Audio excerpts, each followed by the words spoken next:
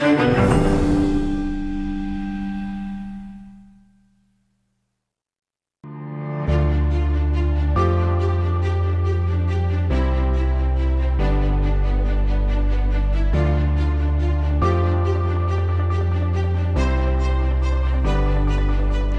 continues to refresh their whole model range, and the next one on the list is the new V60. This is already the second generation of that car, and Volvo themselves call it the new premium sporty estate. And today we're going to have a closer look how sporty and how much premium that car is.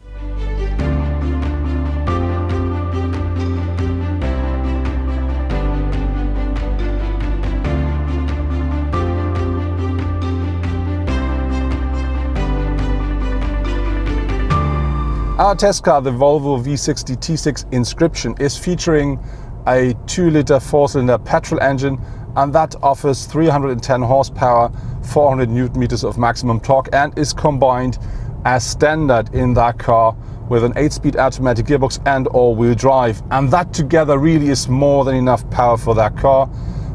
You can really drive the car quite sporty, and this engine accelerates this car in only 5.8 seconds from 0 to 100 kilometers per hour. Top speed is 250, so I think that really works well. But there is one thing I don't like so much, because you can feel the revs of the car when driving fast. For instance, when you're on a motorway, you can really feel that you're driving in high revs, which is something where I would say I do prefer the 6-cylinder engines, which are not available for that car, a bit more, because I think they have more culture. But that's just my personal feeling, because very important is the engine is very well insulated, so you will not really hear the engine. It's more a bit like a feeling. But as said, with 310 horsepower in that car, that's more than sufficient.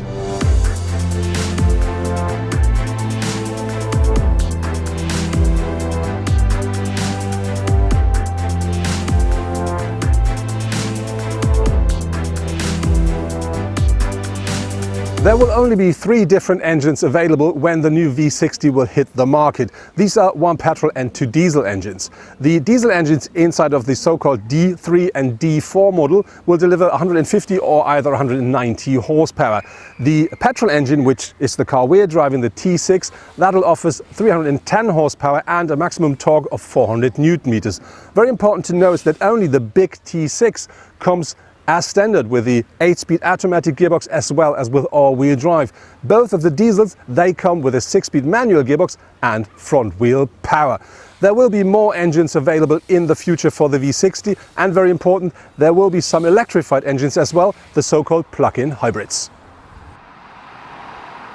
We want to know how much sport is inside of this new V60, and I have to say that you can really drive the car on one hand very comfortably, very quiet.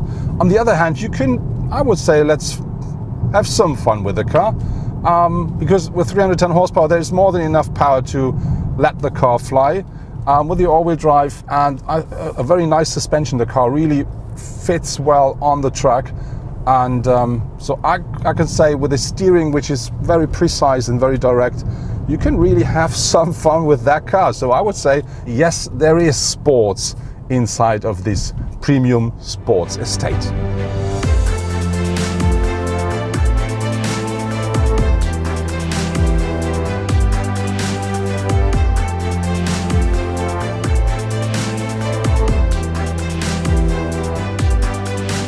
If you want to talk about a sporty estate, of course, the look of the car has to be sporty as well. And so let's have a look at the layout and the design of the new V60.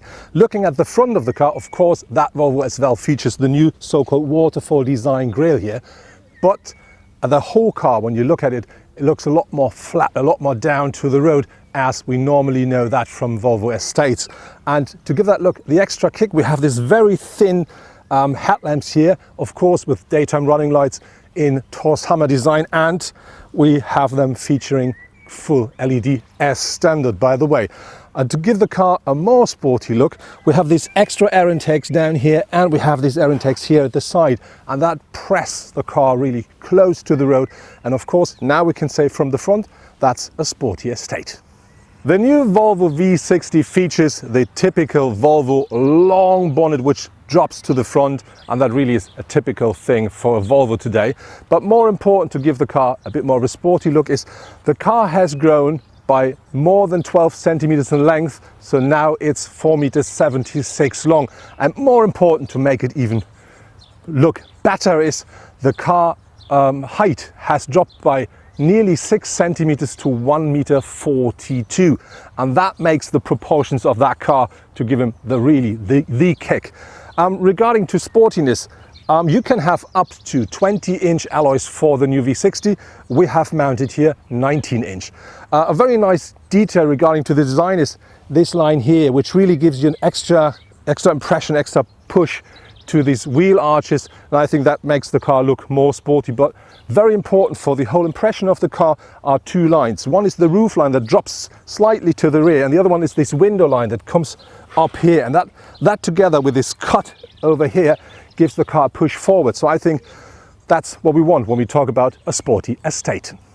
A typical Volvo estate design element are these very pronounced shoulders here, and what I like is that line starts here and it ends up right here into the taillights. And these taillights are typical Volvo as well, because they're going up to here. That is something you won't find with so many cars.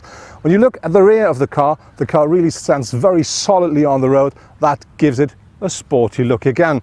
And something I really like is the exhaust element down here, because this one here is a real exhaust.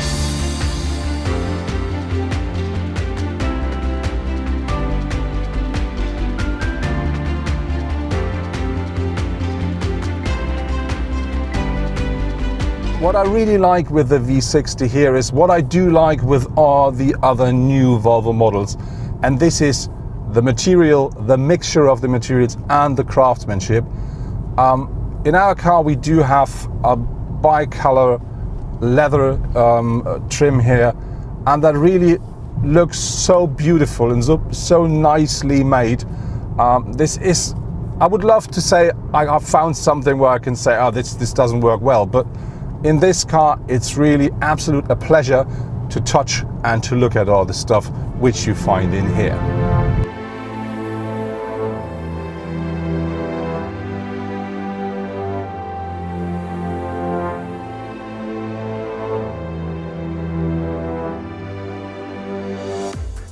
The new V60 now also has the typical upright touchscreen as the central operating element. The 9-inch screen controls navigation, phone, radio and almost all vehicle settings. The optional head-up display not only supplies the most important driving information, it also warns the driver in dangerous situations. Talking about space of the V60, the car has grown a lot. So about 12 centimeters in length, it has shrinked a bit regarding to the height, but you can really feel that you have about 10 centimeters more wheel space inside the car.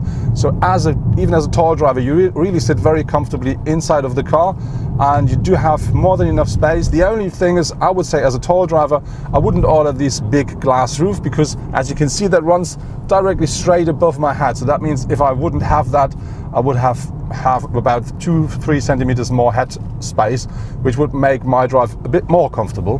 But very interesting is that I can sit behind me. I have more than enough space in front of my knees there, but the only thing there is, the sunroof really makes the difference, because I have to say that I would love to have more, about 2-3 centimeters more there, to really sit comfortably there. But on the other hand, I can sit behind me in this middle class estate.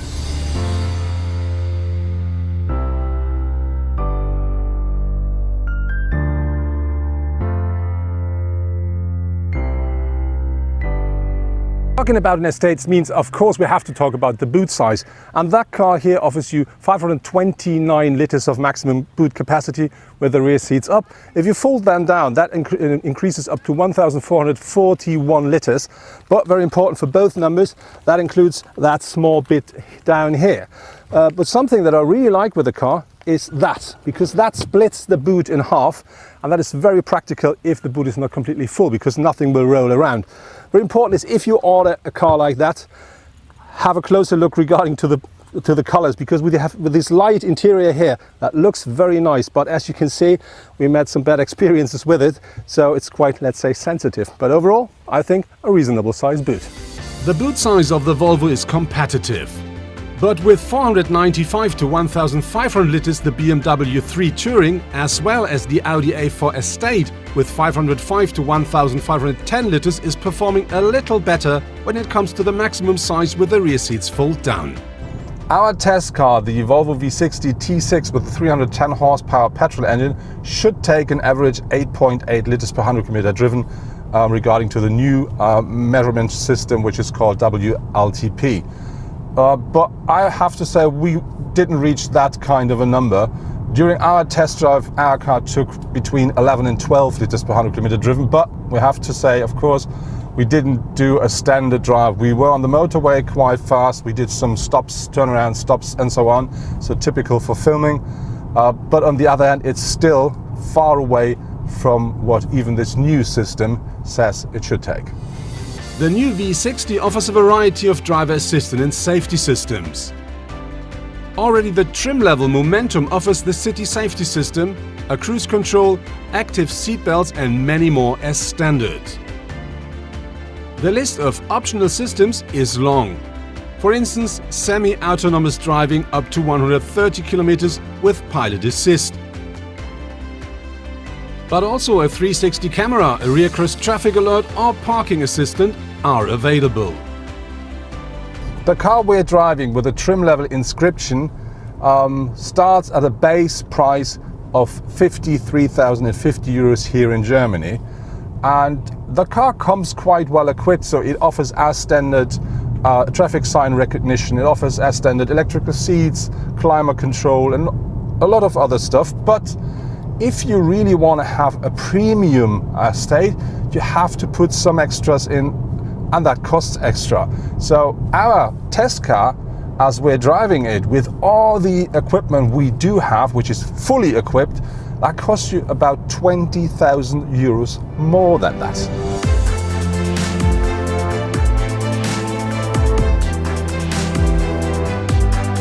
The entry-level model of the V60, trim-level Momentum, as the so-called D3 with its 150 horsepower diesel, starts at 40,100 euros in Germany. The competitors in the premium segment are on similar levels.